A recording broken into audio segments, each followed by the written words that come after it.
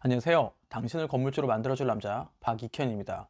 오늘은 저한테 오시는 분들 중에 그런 걸 많이 물어보세요. 소액으로 부동산 투자할 만한 곳 없나요? 뭐 이런 질문은 당연히 사회초년생이라든지 아니면은 내가 돈을 많이 모으지 못한 분들은 똑같이 하시는 질문일 거예요. 요즘같이 부동산이 많이 오른 시기에는 누구나 다 부동산 투자에 들어가고 싶어요. 근데 안타까운 일은 나한테 돈이 많지 않다는 거죠. 그렇다고 부동산 투자를 할 수 없는 것일까? 그리고 부동산 투자에서 진짜 방법은 없는 것일까?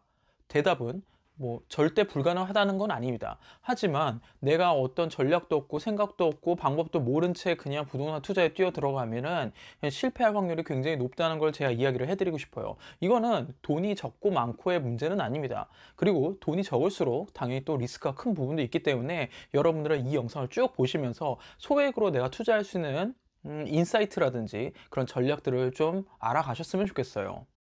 소액 투자를 하기 전에 세 가지를 갖다가 정확히 아셨으면 좋겠는데요. 첫 번째는 나에 대해서 파악을 좀 해보셨으면 좋겠어요. 돈이 없기 때문에 소액 투자를 하는 것까지는 알겠습니다. 하지만 무턱대고 소액 투자를 해서는 안 돼요. 소액 투자를 하기 전에 내가 분명히 물건지 선정을 해야 되고 그 물건지에 따른 그런 지식, 부동산 지식이 명확히 있어야 됩니다. 그리고 내가 투자한다고 마음대로 투자하는 거 아니죠. 분명히 내가 결혼한 사람이라면 내 배우자의 의견도 무시할 수 없는 거고 내 주변 상황도 고려를 해야 됩니다. 더군다나 소액 투자를 한다 그래도 그 소액 투자의 방향이 실거주할 집에 대해서 소액 투자를 할 것인지 아니면은 정말 단순 투자를 위해서 할 것인지 그 전략도 되게 나뉘어지게 돼요. 그래서 무주택자냐 1주택자냐 다주택자냐에 따라서도 이런 전략이나 상황은 다 달라집니다. 내 투자의 성향, 내가 정말 공격적으로 투자를 할 수 있는 것인지 아니면 난 조금 안정적으로 하면서 그렇게 차익을 벌어들이는 투자형이 맞는 것인지는 내가 나 자신을 갖다가 질문을 하면서 또 공부를 좀 해보셔야 돼요. 두 번째는 내가 정말 가용할 수 있는 자금이 얼마냐라는 겁니다. 제가 지난번에 종잣돈 모으기 편에서도 잠깐 이야기를 했지만 내가 진짜로 모을 수 있는 돈이 얼마일지 생각해 보셔야 돼요. 단순히 내가 갖고 있는 진짜 수중에 있는 돈만이 다일지 아니면 다른 부분에서 나올 수 있는 돈이 있는지 그런 부분을 갖다가 좀 다 따져 보셔야 됩니다. 마지막으로는 소액으로 투자할 수 있는 투자 계획을 갖다가 조금은 디테일하고 명확하게 짜 보셔야 돼요. 매입부터 시작해서 매도까지 정말 들어가는 총 비용이 얼마가 되는 것인지 그리고 투자에 따른 그 방향성을 설정해야 되겠죠. 소액 투자라고 했을 때 거의 대부분의 모든 종목이 소액 투자가 가능한 영역이 됩니다. 재건축, 재개발, 분양권, 갭 투자, 토지 투자 이런 식으로 해서도 소액 투자할 수 있는 영역이 굉장히 넓어요. 그래서 내가 그런 방향성을 잡고 거기에 맞는 전략을 세우는 게 중요합니다. 이렇게 소액 투자를 막 들어간다고 하기 전에 내가 이러한 큰 게 알아야 되는 세 가지를 분명히 명확하게 알고 좀 시작을 해보셨으면 좋겠어요.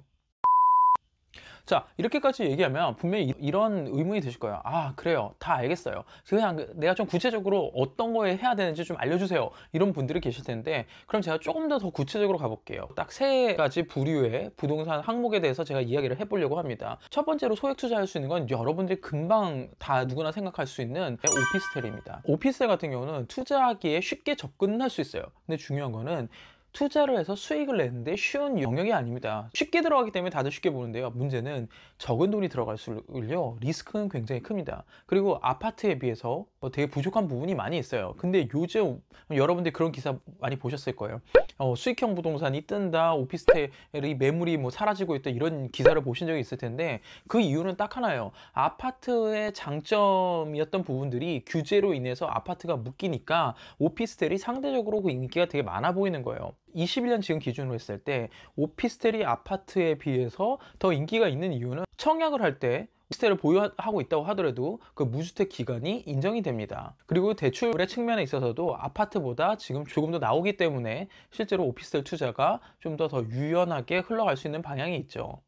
하지만 오피스텔은 선택 기준을 분명히 잘 잡지 않으면 굉장히 어려워요. 그래서 제가 딱 그 두 가지만 좀 보시라고 말씀드리고 싶은 게 첫 번째는 주변에 오피스텔이 경쟁이 좀 덜 치열한 곳에 접근을 좀 했으면 좋겠어요. 오피스텔 뿐만이 아니라 그런 비슷한 류, 빌라라든지 원룸이라든지 이런 곳들이 많은 곳은 확실히 오피스텔이 시세 차익이 올라가기도 힘들고 월세도 경쟁을 해야 되기 때문에 크게 월세를 받기가 어렵습니다.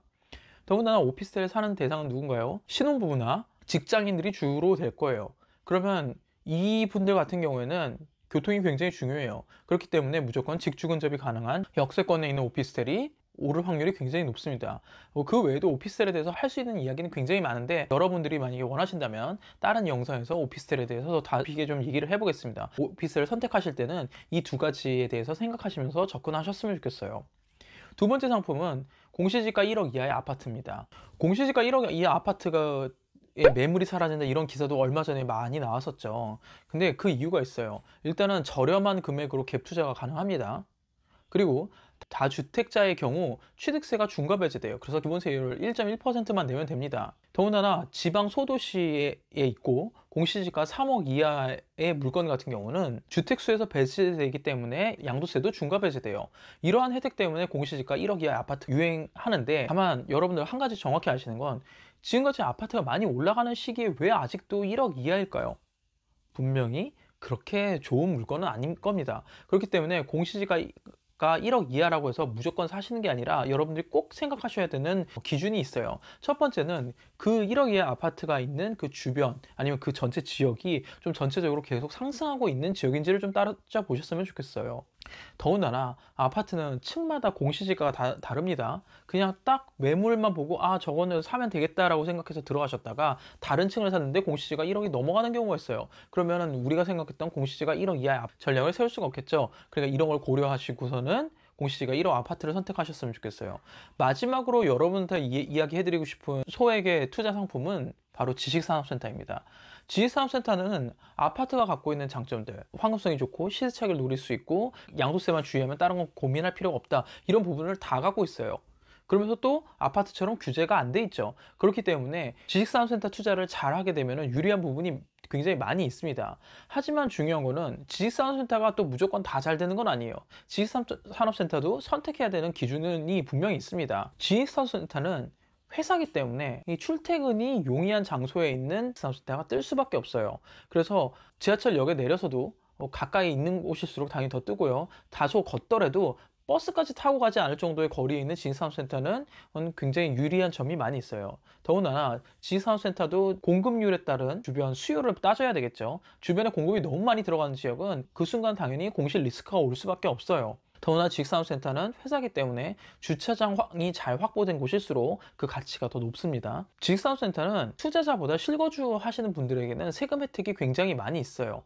그렇기 때문에 만약에 지금 사업을 하시는 분 중에서 내가 제조업이나 정보통신업이나 지식산업 분야를 갖다가 내가 사업을 하시고 계시다면은 다른 업장 말고 지식산업센터에서 사업을 해보실 거를 제가 추천을 해드립니다. 그러면은 세금적인 감면 혜택도 있고, 그리고 앞으로 오를 시세 차익도 노릴 수 있는 부분이 있기 때문에 굉장히 유리하다는 거 제가 꼭 좀 말씀해 드리고 싶어요.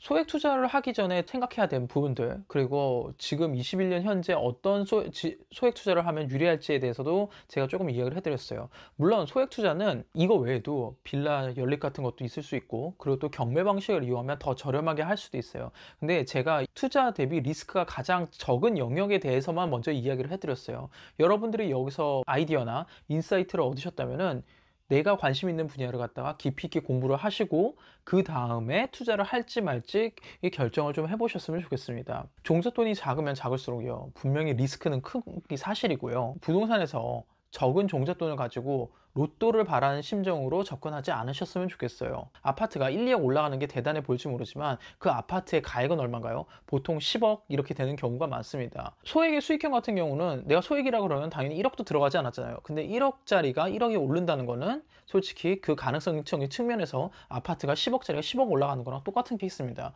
그렇기 때문에 여러분은 그런 관점을 보시는 게 아니라 1억 미만으로 투자를 했을 때 그래도 내가 여기서 단돈 1,000만 원, 2,000만 원에도 올릴 수 있으면서 안정적인 물건에 정확한 투자를 좀 했으면 좋겠다라는 게 제 정말 간절한 부탁입니다. 정확하게 공부를 하시고 정확한 경험을 쌓으시고 그 다음에 무리하지 않는 금액의 선상에서 소액의 수익형 투자를 접근하셔라 라는 이야기를 해드리고 싶습니다. 여러분들이 이 영상을 보시고 도움이 되셨다고 생각하시면 좋아요와 구독 꼭 좀 눌러주셨으면 좋겠습니다. 이상 건물주 아이 키우기 협회 대표 박익현이었습니다. 감사합니다.